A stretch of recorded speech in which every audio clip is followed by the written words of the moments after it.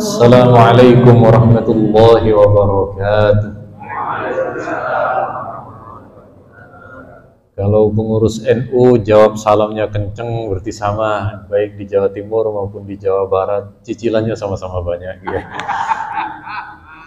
Alhamdulillah, saya sangat senang karena bedanya pengajian umum dengan pengajian khusus seperti ini. Pengajian khusus itu ada yang ingin dicapai, ada yang ditargetkan harus kemudian rata menjadi derap langkah ke depan. Maka saya haturkan jazakumullah kepada, kalau tadi saya tingkatannya masih imam Kiai, kalau beliau Syekhul Khaifin Kiai Haji Kiai Yusuf Arbi, Kiai Arbi Yusuf nopo? Kiai Yusuf Arbi yang sudah lama kita ketahui kiprah beliau menghidupkan turas karya-karya ulama Nusantara, juga Ustaz Dr. Zulfikar, beliau yang mengedit tulisan kami para kiai dari Syuriah, dari Tanfidiyah. Sekali lagi teman-teman Banser, Pagar Nusa, hadirin wal hadirat, karena ingin kita sampaikan bagaimana dulu keadaan kota Mekah Madinah sebelum didatangi oleh Wahabi dan dijadikan mazhab utama kelompok tersebut. Jadi ada satu catatan yang tidak bisa dihindari. Ini adalah makam sebentar. Sampun, berarti niki anu napa namanya, ketika keluar dari slide niku terputus. Jadi Fatihahnya perlu disambungkan lagi. Hampir semua dokumentasi makam, baik di Ma'la maupun di Baqi, ada kubahnya, ada makamnya. Ini makam para nabi, mulai dari Nabi Adam sampai Nabi kita, tapi ini bukan ya, hanya tertutup kalau makam Rasulullah, makam-makam Nabi yang lain. Ini makam di Baqi tahun 1908. Hari ini kalau ada kelompok Salafi melakukan umroh, itu mereka selalu bilang, inilah makam yang sesuai sunnah, tidak ada kubah, tidak ada rumah-rumahan, berbeda dengan Indonesia. Di Indonesia makam itu bid'ah, besar-besar dan seterusnya. Mereka boleh berkata seperti itu dengan menunjukkan lokasi Mekah yang ada, Ma'la dan juga di Madinah, yakni di Baqi ya. Tetapi catatan sejarah tidak bisa. Ini ada di dalam kitab Khulasatul Wafa karya Imam As-Sumhudi. Ketika menjelaskan makam di Baqi, makam di Madinah, ada makam keluarga Nabi, ada redaksi alaihim kubbatun syamikhah, ada kubahnya besar-besar. Ya, jadi mereka boleh saja ketika ikut di travel-travel kelompok Salafi, ini makam sesuai sunnah. Nah, ini tidak pernah dibuka ini sama mereka, tidak pernah mereka sampaikan bagaimana dulu ada makam yang menjulang tinggi. Ini lebih tegas lagi. Ini makam paman Rasulullah Sayyidina Abbas, yang dari beliau ini melahirkan generasi dinasti Abbasiyah. Itu ditulis oleh Syekh Al-Zahabi, murid Syekh Ibnu Taimiyah, ketika menjelaskan makam Sayyidina Abbas, bahwa ini wa 'alal qabrihil yaum kubbatun 'azimah. Di masa beliau tahun 800 Hijriah ada kubah besar. Siapa yang membangun? Min bina'i khulafai alil Abbas, dari keturunan dinasti Abbasiyah. Jadi kalau Anda hari ini menjumpai makam-makam Wali Songo, makam-makam di Jakarta, makam-makam para guru-guru kita, itu sanadnya nyambung dengan Mekah Madinah sebelum dihancurkan. Ini makamnya Sayyidah Khadijah. Ini bapak-bapak kok pada tegang semua, kenapa ini Pak? Kenapa? Tapi tadi sudah minum jamu kuat ya. Kalau minum jamu kuat nanti sepulang dari pengajian. Kalau diminum sebelum pengajian, tegangnya di tempat ngaji nanti. Nah, jadi lain kali jamunya diminum setelah ngaji. Jadi biar tidak tegang di masjid ini. Ini makam Sayyidah Khadijah yang hari ini sudah rata dengan tanah. Ini yang dibaki dijelaskan oleh Imam An-Nawawi. Ini setelah proses penghancuran, Pak. Lalu tinggal semacam ini. Inilah yang kemudian dibuat dalil kelompok Salafi. Ini tidak ada. Coba kalau Anda perhatikan yang dibaki itu ada, Pak. Bekas-bekas coran, betul, ada itu. Ini makam Sayyidah Khadijah. Ini Pak, kulo kali panjenengan, karena makamnya sudah dihancurkan, kita tidak tahu di mana makam para istri Rasulullah, di mana makam putri-putri Rasulullah. Ada di sini Pak. Di mana makam bibi-bibi Rasulullah, makamnya Imam Malik dan guru-gurunya. Kemudian makamnya Sayyidina Utsman agak di belakang, Pak. Tapi biasanya kalau panjenengan ziarah, di mana ada polisi askar berdiri, di situ ada makam sahabat. Jadi biasanya saat kita masuk pagi itu setelah subuh, ada beberapa polisi yang menjaga. Itu makamnya sahabat itu. Ta'al disuruh jalan terus. Ketika kita jalan di daerah sini, tidak ada yang jaga, tidak ada yang ngawal. Tapi di daerah makamnya Imam Malik, di daerah istri Rasulullah, itu disuruh cepat, Pak. Disuruh cepat. Saya pernah di makam salah satu sahabat itu, Pak, saya berdoa dimarahi, Pak. Giliran saya selfie, tidak dimarahi, Pak. Oh, berarti kalau selfie di makam itu tidak bid'ah. Kalau foto bid'ah, apa namanya? Kalau foto tidak bid'ah di sana, kalau berdoa bid'ah, Pak. Nah, maka ini Pak, saat itu setelah Wahabi berhasil menghancurkan makam para sahabat ini Pak, mereka hendak ingin mengeluarkan makam Rasulullah dari Masjid Nabawi. Mana buktinya? Sekarang kan orang-orang selalu tanya bukti Pak. Sama seperti istri saya, kalau saya datang ke suatu tempat, mana buktinya kalau Anda di tempat itu? Saat ini tidak perlu bukti karena istri saya ikut, Pak. Istri saya ikut.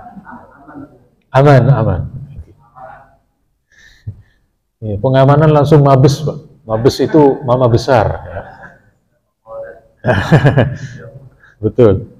Mana bukti kalau kemudian di situ ada bentuk selain makam Rasulullah yang hendak ingin mereka hancurkan, Pak.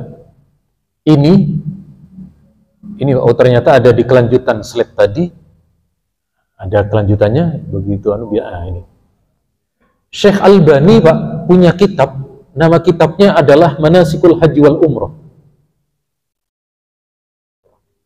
Kata Syekh Albani, di antara kebid'ahan haji dan umrah, membiarkan makam Rasulullah di tengah-tengah masjid. Itu bid'ah bagi mereka. Ketika mereka hendak mau mengeluarkan makam Nabi dari Masjid Nabawi, maka berangkat utusan dari Indonesia 2 orang, yakni Kiai Wahab Hasbullah, yang Gus Arbi dan Gus Zulfikar mondok di sana. Fardu ain menjadi NU, Pak, kalau dari Pondok Tambak Beras itu. Karena komite Hijaz dipimpin beliau. Kalau pondok yang lain fardu kifayah, Pak. Tapi kalau tidak ada lagi ta'ayyana, Pak. Ya. Termasuk saya, termasuk ta'yan ini. Jadi ini terkait dengan ketika kemudian mau mengeluarkan makam Nabi dari Masjid Nabawi, Kiai Wahab Pak hadir ditemani Syekh Al-Ghanaim Al-Misri. Menghadap siapa? Menghadap Raja Abdul Aziz. Apa kata Kiai Wahab? Tolong jangan usik makam Rasulullah, jangan ganggu makam Rasulullah. Kalau Anda sampai mengganggu makam Rasulullah, ini ancaman Kiai Wahab yang kita terima, Raja akan berhadapan dengan umat muslim sedunia. Itu bukan gertakan itu Pak. Akhirnya oleh Raja, betul Pak, makam Rasulullah tetap tidak diotak-atik Pak. Diotak-atik bahasa Depoknya apa Pak? Oh sama gitu. Lalu ada pertemuan sekitar tahun 2013. Ada pertemuan ulama internasional, ulama Sunni Pak, dari Indonesia yang diutus Kiai As'ad Said Ali. Waktu itu masih wakilnya Kiai Said Agil. Beliau ikut pertemuan itu Pak. Ketika dalam pertemuan itu ada ulama dari Suriah.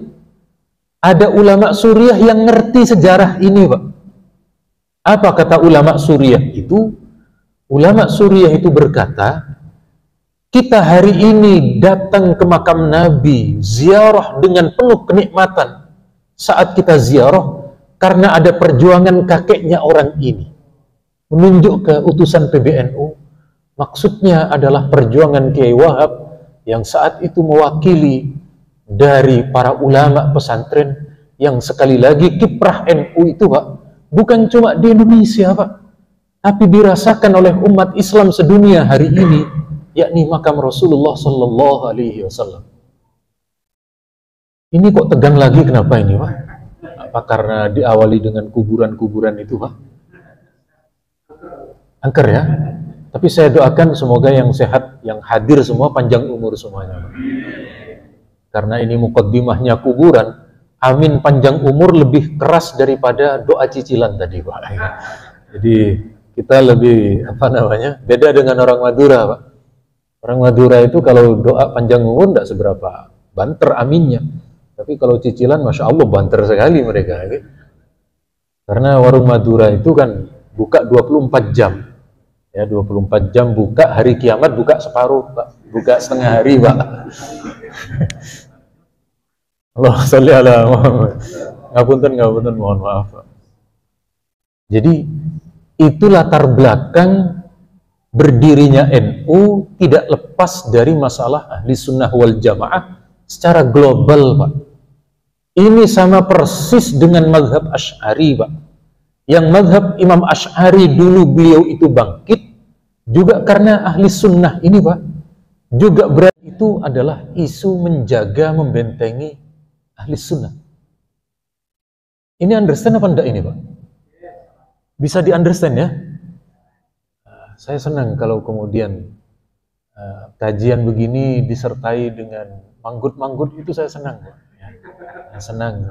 Tidak tahu manggut-manggut itu maknanya paham atau kelelahan atau bagaimana Pak. Pokoknya saya senang. Berikutnya kita kemudian sedikit mengulas Pak ke berbagai negara Pak, ke berbagai kawasan di dunia. Tidak ketemu Pak, tidak ada Pak. Hari ini umat Islam di Indonesia mayoritas sudah kesalib Pakistan Pak. Ya, kesalibnya itu kemarin pas tikungan pandemi. Di masa pandemi itu Indonesia mengalami 500.000 angka perceraian nasional Pak. Lalu orang menikah jarang. Sementara di Pakistan tidak terpengaruh itu Pak, tetap buat anak terus. Akhirnya di masa itu kemudian mereka nyalip tanpa rating Pak. Sekarang lebih banyak di Pakistan.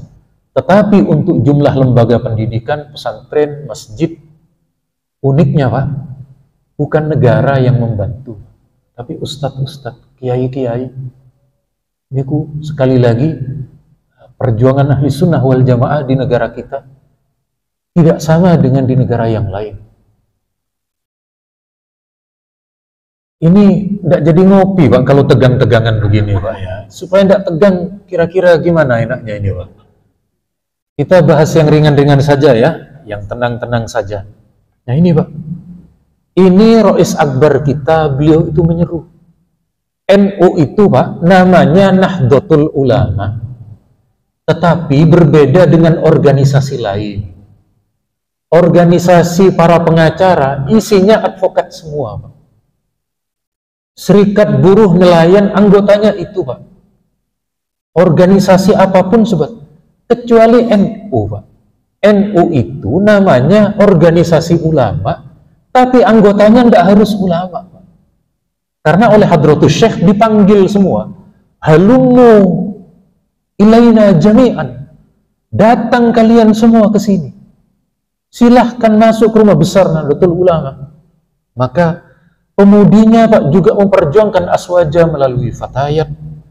Teman-teman yang memiliki kesenian ada di Ishari, macam-macam, ada di Pagar Nusa, semua ada Pak. Yang alim-alim ada tempatnya Pak, Basul Masail, Syuriah, yang pinter-pinter, macam-macam. Kalau pesantren Pak, pesantren selama ini saya selalu mencari tipikal Pak. Lulusan Ploso, lulusan Lirboyo, kebanyakan Syuriah, LBM Pak. Lulusan pondok yang lain di Tanfidiyah. Kecuali Tambak Beras. Tambak Beras ini pengecualian Pak. Bisa mengisi Syuriah, bisa di Tanfidiyah. Itu komplit Pak, paling komplit nih Huan. Apa namanya ini? Yang dari Tambak Beras. Niku di NU semua lini ada itu. Kalau Sidogiri Syuriah nih. Dari Sarang Syuriah nih. Dari pondok modern mana Tanfidiyah. Tapi kalau Tambak Beras bisa dimanapun kalau ini. Di antara kelebihannya pondok Tambak Beras.